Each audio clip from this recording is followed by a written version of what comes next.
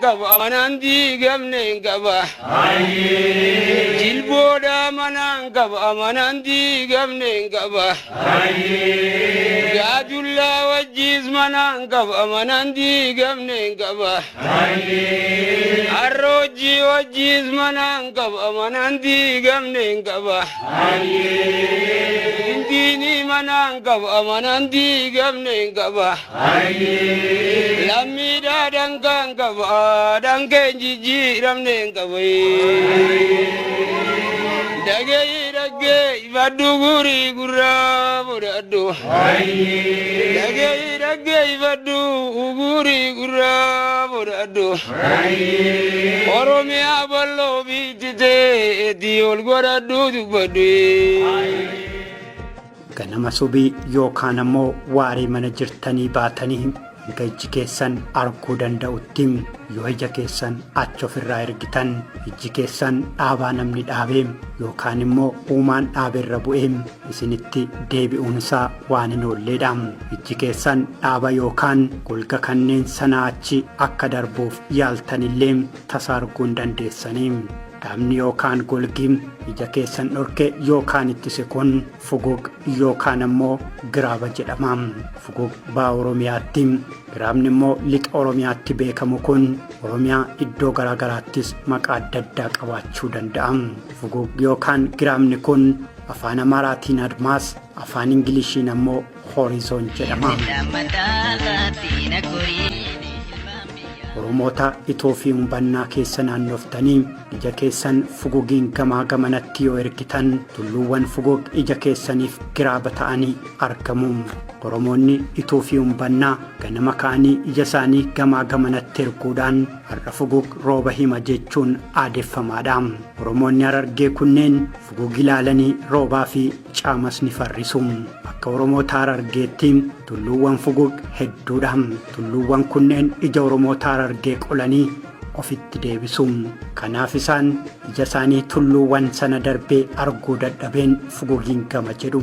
Oromoota durii Harargee biratti namni durin jirree hojjete namni daangaa duudhaa fi safuu darbee namni waan aadaa Itoophii umbannaa dabsee 10 gorfamee 10 dhokfamee fi 10 immoo obsamee fi sanaan booda fugugiin gamatti darbama. Akka maanguddoota Harargeetti nama durin jirree hojjete irratti murtiin guddaan irratti murtaa'uu fugugiin gamatti darbuudha. Namni fugugiin gamatti darbame Oromoota Itoophii umbannaa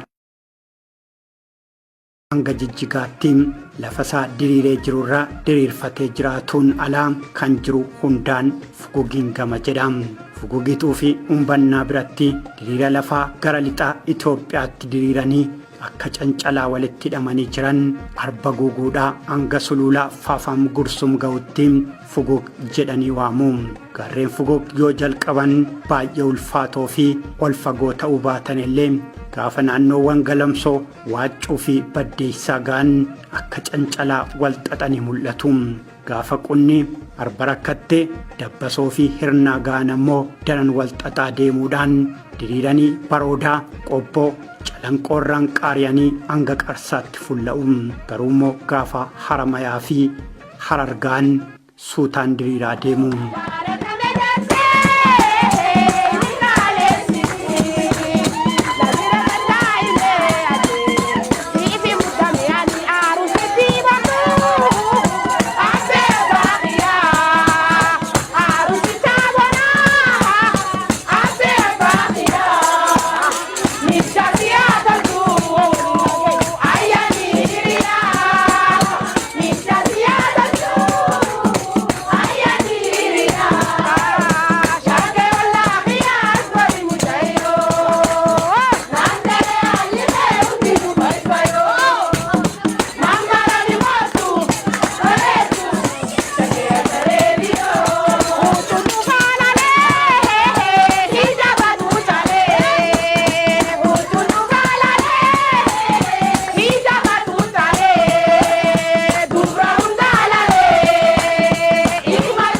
Fugug kunneen daangaa lafa ituu fi umbannaa murteessuu qofa otoo hin taane halaasa afaanii, falaasama jireenyaa, aadaa fuudhaa fi heerumaa, aadaa nyaataa fi dhugaatii, sochii daldalaa, walumaa galatti jiruu fi jireenya Oromoota ituu fi umbannaa Oromoota kanneen biraarraa adda baasuun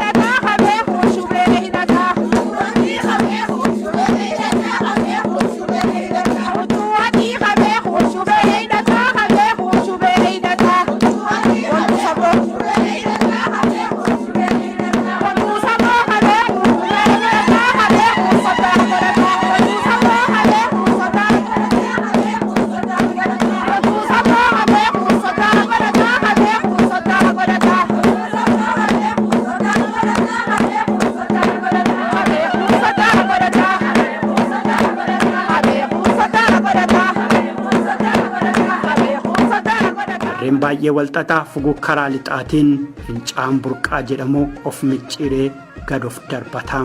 Burqaan kun cina magaalaa Baroodaatii ka'ee kallattii kibbaatiin laga Waabii Shabalee gabbisaa.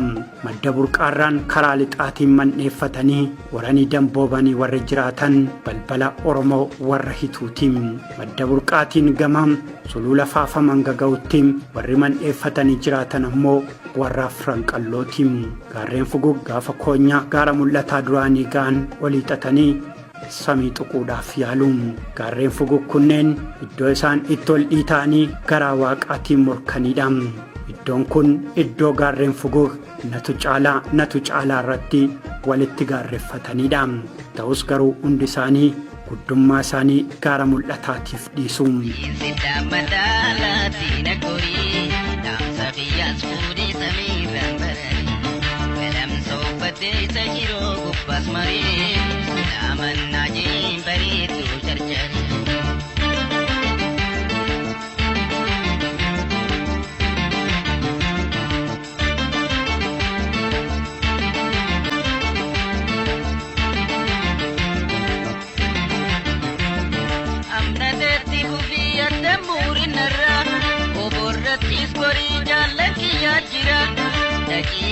Mari depan moti gara, ada gara moti badan wal gara.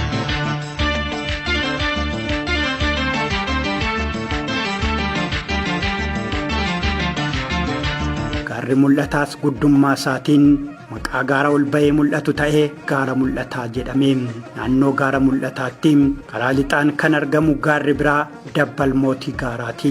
Dabbal Mootii Gaaraan mootiiwwan gaarreen fuguu ta'uu baatullee dheerinaa fi guddinaan gaara mul'ataa caaluu baatullee Dabbal Mootii Gaaraa jedhamee warra Franqallootiin waamameera.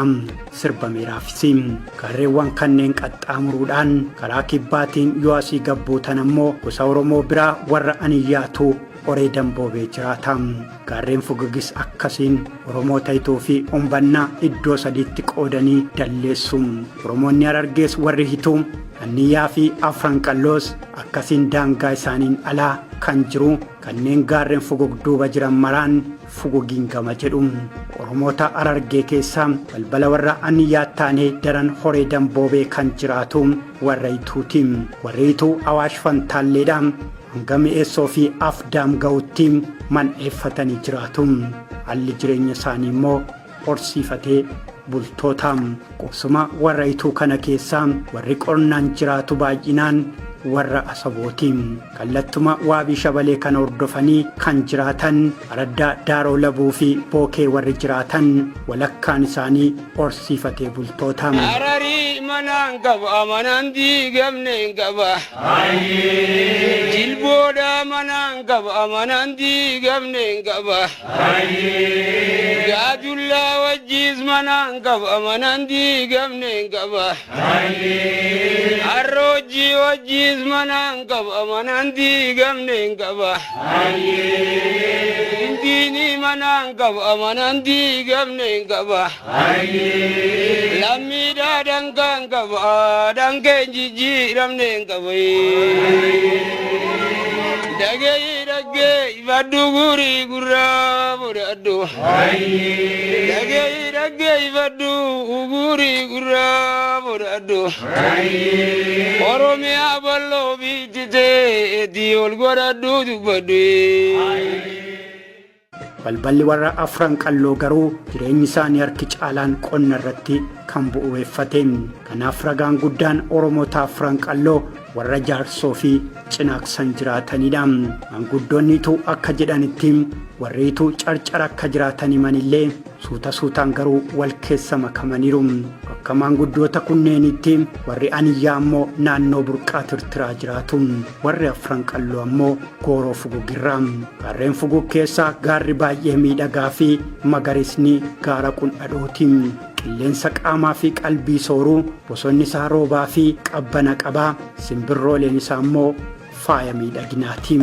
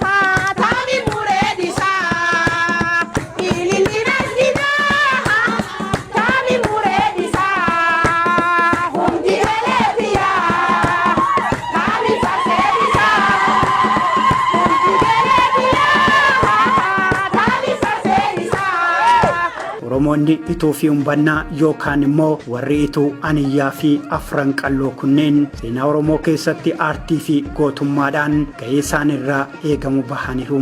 Gootota Oromoonni ituu fi umbannaa sabaaf gumaachan keessaa tokko goota gaafa calii calanqoo gaafa goonni calaasee cala'etu Bakar Waareeti. Seenaa gootummaa Oromoo keessatti waa'een Bakar Waaree kaanaan namuu goota miila tokkoon diina jigsaa misingaa godhe jedhame yaadatama. Goota ituu fi umbannaa Bakar Waaree gaafa calii calanqoo. Bakar Waareetiif mammaakameera, Bakar Waareetiif sirbameera, Bakar Waareetiin dhaadatameera. Isaanis dhaloonni gootummaa farriseera, maqaa isaanis didhamee dhaloonni guddateera. Calanqoo calii lafaa lafee gootaatu ciisaa, macca caffee calaliis lafee gootaatu ciisaa, dhaladhee harkaan fuunee dhiiga ta'ee tan ciisaa, dhalannaan seenaa ta'ee dhiiga garaana ciisaa, eessa abbaa koonan ciisaa, dabareen daboon dhufti lafeen dhiigaan deebitii yoom akka cabdee tafti. Manan gaba manan digamne gaba jilboda manan gaba manan digamne gaba gajulla wajiz manan gaba manan digamne gaba arroji wajiz manan gaba manan digamne gaba dini manan gaba manan digamne gaba lamida dangga gaba dangge jiji ramne gaba dage ibadu guri gurra bodado dage ibadu guri gurra bodado oromia ballo bitite diol goradu dubadu Chibuuteen kee dhabame akka miila Bakar Waareen ammoo mammaaksa gootaa guutuu Oromiyaa wal ga'eedha. Wanni kun lola calii calanqoo booda akkas jechuudhaan dubbate. Ana waa'ee uummata kiyyaa malee waa'ee miila kiyyaa nattiin dhagaamne ture jedhe. Bakar Waareen godina Harargee bahaa aanaa jaarsoo ganda burqaa miixee jedhamutti dhalate. Goonni kun miseensa gumii bultumaa kan raabaadorii baarentummaa kan addeellee mandheeffatee fugug bulchu keessatti qondaala guddaa birmajjii yeroo sanaa ture. Keessattuu dhaddacha mooraa fugug kan teessuma manbultii gurguddoo 12 kan warra alaa, kan nunnuu, kan warra meettaa, kan diiramuu, kan warra goolloo, kan warra buubbuu, kan warra abbaay, kan warra galaan, kan warra abbaadhoo, kan warra eeree, kan warra kaankoo, kan warra arroojjii fi guutaayyuu keessatti ala sochii siyaasaa fi hawaasummaa irratti adda durummaadhaan murtii fi hooggansa jabaa kennaa goota turedha. Gonniituu fi umbannaa abdiin Oromootaa Bakar Waaree seenaa qabsoo Oromoo keessatti waan hedduun yaadatama.